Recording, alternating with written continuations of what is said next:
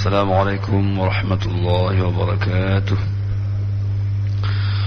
الحمد لله رب العالمين والعاقبة للمتقين ولا عدوان إلا على الظالمين. اللهم صل وسلم على هذا النبي الكريم سيدنا مولانا محمد سيد الأنبياء والمرسلين وعلى آله وأصحابه ومن تبعه بإحسان إلى يوم الدين. اللهم لا علم لنا إلا ما علمتنا، اللهم علمنا ما ينفعنا وانفعنا بما علمتنا إنك أنت العزيز الحكيم. اللهم اشرح لي صدري ويسر لي أمري واحلل عقدة من لساني يفقه قولي. ربي زدني علما وارزقني فهما.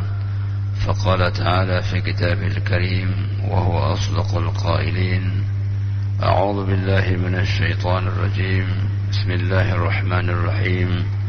قل هل يستوي الذين يعلمون والذين لا يعلمون. صدق الله العظيم. Segala puji kita sampaikan kepada Allah Subhanahu wa taala, di mana pada subuh yang mulia ini Allah Subhanahu wa taala masih memberikan kita kesempatan dan kesehatan. Ni'matani maghbudun fihima katsirun minan nas. Dua nikmat yang diabaikan oleh manusia, as-sihhatu wal faraghu, nikmat sehat dan nikmat sempat. Semoga dengan dua nikmat ini menjadikan kita semakin mensyukuri akan pemberian Allah Subhanahu wa taala. Karena Allah Subhanahu wa taala berfirman, "Inna a'tainakal kautsar." Kami telah memberikan kepada.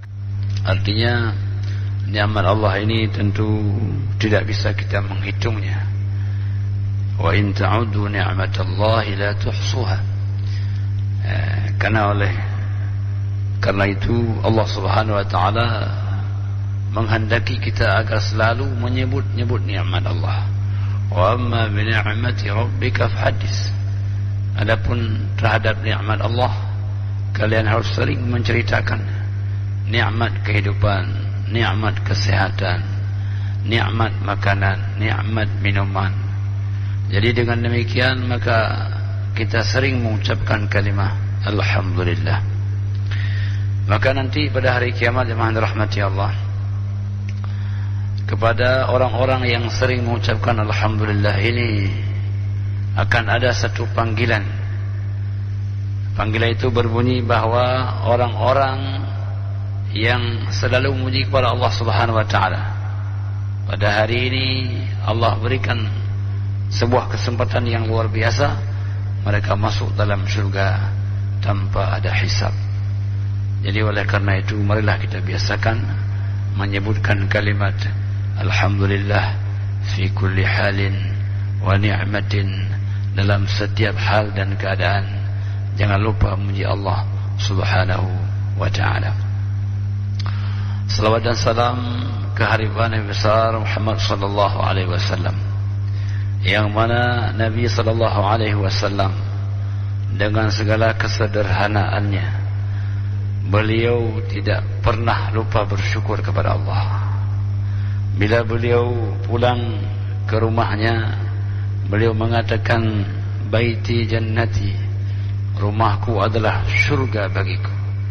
Bila beliau menikmati makanan, beliau tak lupa mengucapkan alhamdulillahilladzi at'amana wa saqana. Jadi jemaah dirahmati Allah Subhanahu wa taala, Nabi sallallahu alaihi wasallam menikmati apapun yang Allah berikan itu karena Nabi tidak pernah lupa menyebutkan alhamdulillah. Hamba Allah yang dimuliakan oleh Allah Subhanahu wa taala, pada kesempatan yang mulia ini kita akan membicarakan seorang yang alim, yang selalu bersyukur kepada Allah Subhanahu wa taala, yang sering kita dengar namanya Ibnu Katsir. Ibnu Katsir ini jemaah dirahmati Allah Subhanahu wa taala, di antara keunikan beliau adalah beliau ini orang yang sangat padu dengan saudaranya. Jadi bagi beliau saudara itu bukan hanya hubungan nasab, tapi saudara itu adalah seorang guru yang memandu, yang mengajarkan beliau untuk menjadi orang alim. Jadi oleh karena itu jemaah dirahmati Allah, memang tidak semua orang dekat dengan saudaranya, tidak semua orang dekat dengan abangnya, dengan adiknya yang kemana-mana bisa bersama. Beda halnya dengan Ibnu Katsir. Bila abangnya berpindah ke tempat lain, beliau ikut berpindah. Kenapa? Karena bagi Ibnu Katsir, abang itu bukan hanya sekedar saudara nasab, tapi abang bagi beliau adalah seorang guru yang memperkenalkan huruf-huruf Al-Quran, yang mengajarkan bagaimana hidup dan kehidupan ini. Inilah kehebatan persaudaraan bagi seorang yang bernama Ibnu Katsir. Allah yang dimuliakan oleh Allah Subhanahu wa taala. Jadi karena itulah Ibnu Katsir ini dengan segala kesungguhan beliau hidup bersama abangnya, beliau sudah menjadi orang yang ahli hadis, orang yang ahli sejarah, orang yang alim dan memiliki nama yang panjang. Imaduddin Abul Fida Ismail bin Umar bin Katsir bin Dhaw bin Katsir Al-Qurshi Ad-Dimashqi Asy-Syafi'i. Jadi sebuah nama yang panjang ini menunjukkan bahwa kehadiran beliau ini tidak hanya memberikan harum bagi dirinya, tapi kepada keluarganya, kepada kakeknya, kepada kampungnya, dan seluruh orang yang dinisbahkan kepada beliau. Inilah seorang yang bernama Ibnu Katsir. Jemaah rahmati Allah Subhanahu wa taala, Ibnu Katsir ini lahir pada tahun 701 Hijriah. Tapi uniknya ketika beliau lahir tak lama bersama ayahnya. 2 tahun bersama ayahnya, ayahnya pun meninggal dunia kembali kepada Allah Subhanahu wa taala. Hidup tanpa ayah, hidup dalam keadaan yatim, itulah yang membuat Ibnu Katsir bisa hidup lebih mandiri. Jadi jemaah dirahmati Allah, anak-anak kita yang mandiri itu menjadi anak-anak yang bisa menjalani berbagai macam kehidupannya sebagaimana Ibnu Katsir yang disebutkan dalam kisah ini.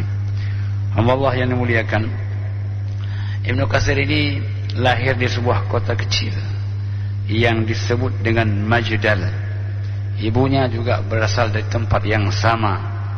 Kemudian Ibnu Katsir belajar dengan abangnya karena beliau sudah ditinggalkan oleh orang tuanya karena kembali kepada Allah Subhanahu wa taala. Jadi beliau pernah berucap, wa kuntu idzaka shaghira. Ketika ayah meninggal, saya saat itu masih kecil. Ibnu 3 sinin, saya masih berusia 3 tahun. Ya, summa tahawwalna min ba'dihi sanah 707 ila Dimashq. Jadi ketika beliau sudah tidak lagi berayah, beliau memilih untuk pindah ke kota Damaskus. Nah, di kota ini jemaah dirahmati Allah, banyak buku, banyak karangan, banyak cetakan tentang berbagai macam ilmu pengetahuan. Tapi alasan utama beliau berpindah adalah suhbata Kamaluddin Abdul Wahhab Syaqiq Al-Akbar. Jadi alasan beliau berpindah ke negeri Damaskus adalah karena beliau ingin menemani abangnya yang bernama Kamaluddin Abdul Wahhab. Jemaah dirahmati Allah Subhanahu wa taala. Jadi beliau masih ingat akan kesan memori bersama abangnya. Jadi kita masing-masing ada kenangan bersama abang kita, masa-masa kecil kita. Juga beliau punya kenangan, mungkin berbeda. Kata beliau, waqad kana lana syaqiqan. Jadi saya ini dengan abang saya ini syaqiq, saudara kandung. Rafiqan, di samping itu rafiq, teman saya. saudara saya, beliau juga teman saya. Ya, syaqiqan syufuqan, yang menyayangi saya, yang mencintai saya. Nah, bayangkan, maka jemaah rahmatullah, yang orang tua yang hebat itu yang bisa menghadirkan cinta abang kepada adiknya, adik kepada abangnya. Nah, ini syufuqan. Jamaah rahmati Allah, waqad ta'akhkharat wafatuhu ila sanah 50. Jadi beliau kemudian 750, sekitar 40-an tahun beliau menemani Ibnu Katsir. Ibnu Katsir menemani abangnya dengan berbagai aktivitas kehidupannya. Fashtaghaltu ala yadayhi fil ilm. Saya menggunakan kesempatan pertemanan ini untuk menimba ilmu pada abang saya. Jadi pertemanan saya ini bukan hanya sebagai pertemanan biasa, tapi saya menimba pengetahuan pada abang saya. Fayassarallahu ta'ala fi ma tayassar. Allah mudahkan kepada saya dalam menuntut ilmu bersama abang saya. Jadi jemaah rahmati Allah, menitipkan pesan kepada anak kita agar berbaik-baik dengan saudaranya, dengan adiknya, dengan abangnya. Inilah keluarga Ibnu Katsir, hamba Allah yang dimuliakan oleh Allah Subhanahu wa taala. Nah, jadi beliau sudah menjadi cikal bakal orang alim di tangan abangnya. Beliau jemaah rahmati Allah hidup besar di negeri Damaskus, Tara'ra. Jadi berkembang masa mudanya di negeri Damaskus. Jadi Damaskus ini pada zaman dahulu jemaah rahmati Allah, sebuah negeri yang berkembang ilmu pengetahuan, yang banyak orang menuntut ilmu, banyak guru-guru tempat belajar. Jadi bila bertemu, mereka berdiskusi tentang ilmu pengetahuan. Jadi tidak ada masa yang sia-sia. Semua mereka kemudian menjadi orang-orang yang membicarakan tentang ilmu. Jadi jamaah rahmati Allah Subhanahu wa taala, jadi inilah suasana lingkungan. Ada orang kalau ketemu dia membicarakan ilmu, bagaimana tentang fulan, bagaimana hukum fulan. Jadi ini kebiasaan orang-orang Damaskus yang mendorong Ibnu Katsir secara tidak langsung. Beliau juga menjadi orang yang concern dengan ilmu pengetahuan, karena bila orang yang menemani orang yang berilmu, dia akan menjadi orang ilmuwan. Bila dia menemani orang yang kaya, dia akan menjadi hartawan. Jadi tentu anil mar'i la tas'al wasal an qarinih fa innal qarin bil muqaran yaqtadi. Bagaimana hal ihwal tentang seseorang jangan kau tanya, tapi tanyakanlah siapa temannya, karena antara teman dan yang ditemani itu saling memberikan kesan. Nah, jadi kalau misalnya orang yang temannya orang membaca, mesti dia senang membaca. Nah, jadi jemaah rahmatullah, inilah kesan-kesan Ibnu Katsir di negeri Damaskus. Allah yang dimuliakan oleh Allah Subhanahu wa taala.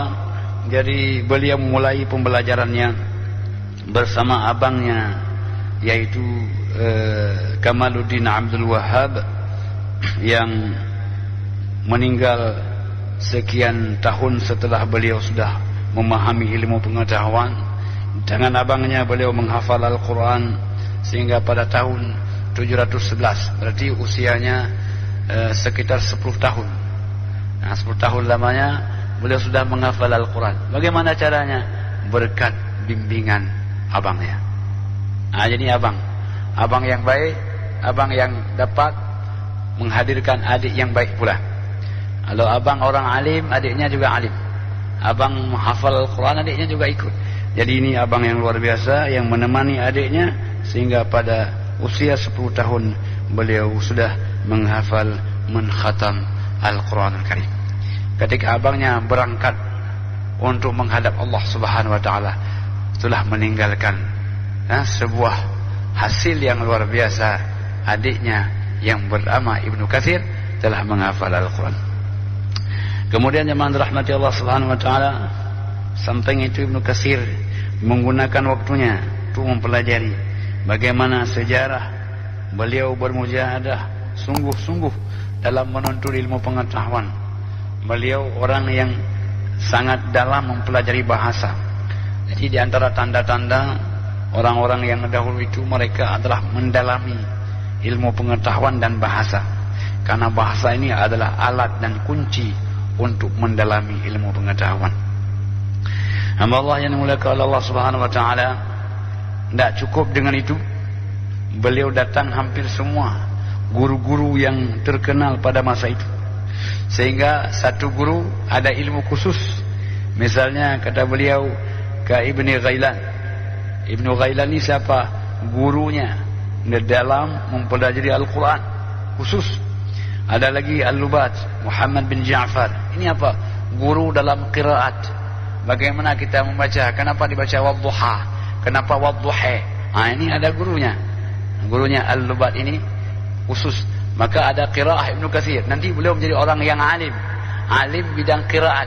Beliau punya riwayat bidang qiraat ini. Ya, jemaah rahmati Allah. Kemudian bidang nahwu, grammar bahasa Arab khusus. Nah, ini ada gurunya. Namanya Dhiyauddin Abdul Az-Zarbandi, guru bidang nahwu, syekhnya. Kemudian jemaah rahmati Allah, guru bidang al-hisab, bidang matematik lah bahasa kita. Beliau belajar matematik. Karena tidak bisa matematik, tidak bisa faraid. Bagaimana kita mengatakan sepertiga tambah 6 berapa? Beliau ahli bidang al-hisab. Beliau punya seorang guru yang khusus, Alauddin At-Taburi. Jadi ini jemaah rahmati Allah, Ibnu Katsir ini orang yang multi talenta, punya berbagai macam bakat di berbagai bidang ilmu pengetahuan. Hamba Allah yang dimuliakan oleh Allah Subhanahu wa taala, sebenarnya anak-anak kita punya potensi dia. Hanya saja tidak semua anak-anak diasah dengan baik oleh orang tuanya. Rupanya kesungguhan orang tua itu akan melahirkan anak-anak yang cerdas. Cerdas itu bukan karena bawaan anda. Ya, memang ada ilmu mauhibah namanya. Allah berikan kepadanya. Tetapi kesuksesan seseorang itu biasanya sangat tergantung kepada kesungguhan orang tuanya. Jadi jemaah rahmati Allah Subhanahu wa taala, kalau dalam konteks ini bagi Ibnu Katsir adalah kesungguhan abangnya Kamaluddin Abdul Wahab yang menghadirkan sosok yang sungguh dalam belajar. Jadi hamba Allah yang dimuliakan oleh Allah Subhanahu wa taala, kita tidak bisa berharap anak yang berhasil kalau kita tidak sungguh untuk untuk membimbingnya, untuk mengantarnya, untuk memberikan motivasi kepada anak-anak kita. Teringat kita jemaah rahmati Allah, orang-orang alim, orang-orang yang cerdas pada zaman dahulu. Katakanlah contohnya Imam Syafi'i radhiyallahu anhu. Siapa pendorong beliau? Pendorong beliau ada ibunya. Kenapa? Karena beliau adalah yatim. Yatim tak lama setelah beliau lahir. Kata ibunya, Syafi'i, engkau pergi belajar dan tidak boleh lagi pulang ke rumah. Kata beliau, jadi kapan pulang? Kita ketemu nanti di alam barzakh. Masya Allah. Artinya apa? Beliau memberikan dorongan yang luar biasa kepada anaknya. Sehingga suatu hari di Irak itu ada orang-orang yang jamaah haji datang ke kota Mekah. Mereka sering menyebut nama Syafi'i, Syafi'i, Syafi'i. Ibunya yang berada di Mekah mendengar, itu siapa tadi yang kau sebutkan? Itu orang alim, Bu. Yang kalau beliau menyampaikan pelajaran itu, ramai sekali orang yang hadir, ramai sekali orang yang ikuti pengajaran beliau. Oh, itu anak saya, itu anak saya, anak ibu. Akhirnya orang muliakan ibunya karena mereka ingat ini adalah ibu gurunya. Hatta kata beliau kepada orang-orang yang hadir di situ, tolong sampaikan salam saya kepadanya dan katakan kepada dia untuk kembali ke kampung halaman. Padahal pesan tadi nggak boleh pulang-pulang ya. Tetapi kemudian beliau katakan, tolong pesan supaya dia pulang ke kampung halamannya. Jadi mendengar pesan itu Imam Syafi'i senang. luar biasa senangnya, karena dulu nak boleh pulang, beliau kepingin melihat ibunya. Kalau sekarang kan mesti kita bisa kirim foto lewat WA, dulu kan tak bisa. Bagaimana wajah sang ibu kan tak pernah lihat lagi, udah lama. Imam Syafi'i mengatakan kepada murid-muridnya, saya ini akan pulang ke kampung halaman saya. Jadi murid-muridnya Masya Allah, ada yang memberikan sedekah unta, kuda, macam-macam lah, emas dan sebagainya. Jadi ketika beliau sampai ke perbatasan kampung halamannya, beliau utus muridnya untuk menyampaikan kepada ibunya bahwa beliau sudah tiba di perbatasan kampungnya. Jadi jamaah rahmati Allah Subhanahu wa taala, maka muridnya menyampaikan kepada ibunya bahwa Imam Syafi'i sudah sampai ke perbatasan kampung. Kata ibunya, dia bawa pulang apa? Oh, banyak. Kuda, unta, uang. Kata ibunya, kalau begitu sampaikan kepada dia, enggak usah pulang. Nah, jadi dia enggak usah pulang, enggak jadi pulang ke rumah, balik saja. Jadi ketika kembali menyampaikan pesan kepada sang Imam Syafi'i, sang imam, bagaimana? Kata ibunya, enggak usah pulang. Kenapa? Apa yang kau sampaikan? Saya bilang ketika ditanya, tadi Syafi'i bawa pulang apa? Saya bilang ada bawa unta, kuda, emas. Oh, salah kamu. Kenapa kau sampaikan itu? Kalau begitu, semua yang ada ini, harta-harta ini sedekahkan semuanya. Sedekahkanlah semuanya. Kemudian sekarang sampaikan kepada ibu bahwa Syafi'i tidak bawa pulang apa-apa. Jadi barulah kemudian disampaikan Imam Syafi'i akan pulang, tidak bawa pulang apa-apa kecuali dirinya. Jadi jemaah rahmati Allah, kalau demikian kata ibunya, silakan kembali.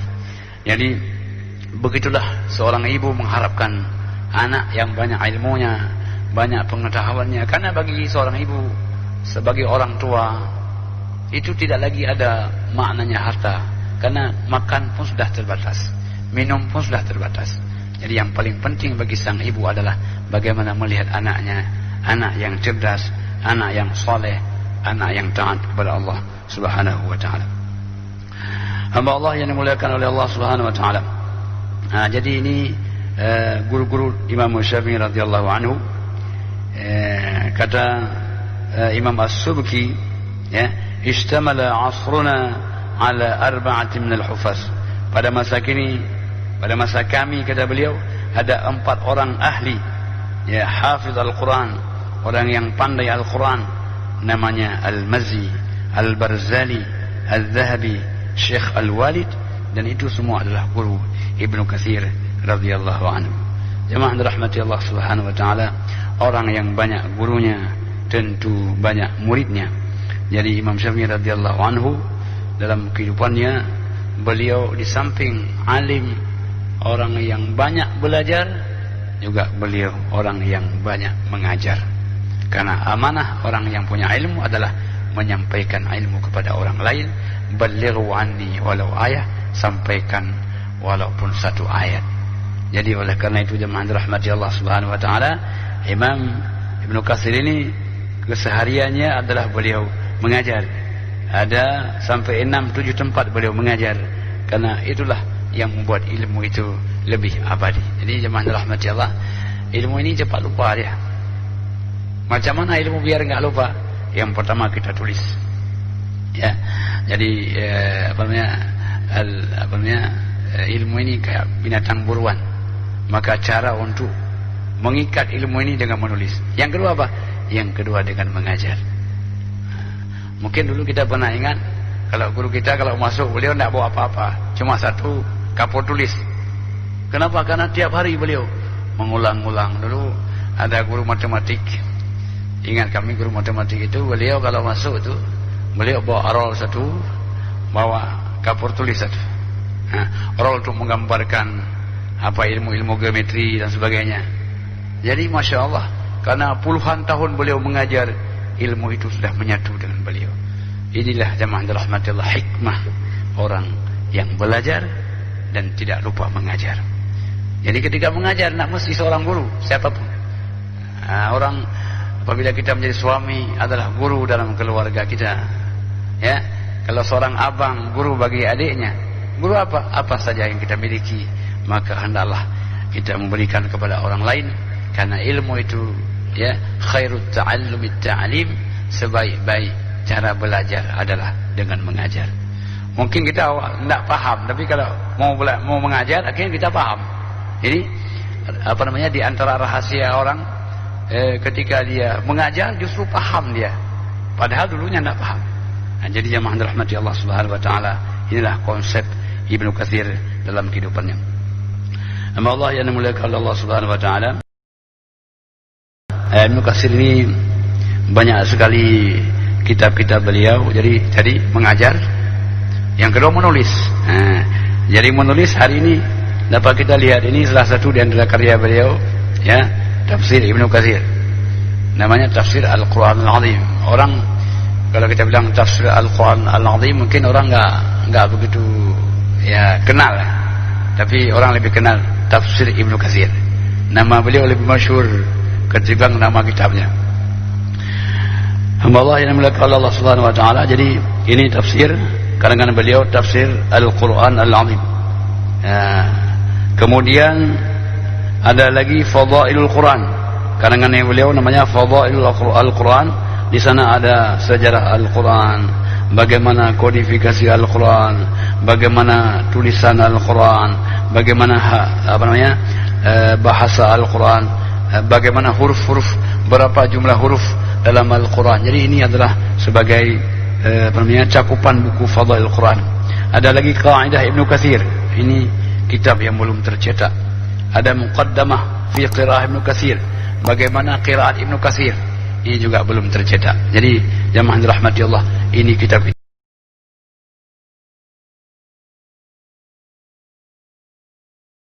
pribadi beliau adalah karena beliau punya tulisan, sehingga walau beliau sudah tiada, tapi rasanya masih ada dengan karya-karya yang beliau miliki. Demikian, terima kasih. Semoga insyaallah Allah berikan kemudahan kita dalam mempelajari ilmu. Hadanallahu wa iyyakum ajma'in. Wassalamualaikum warahmatullahi wabarakatuh.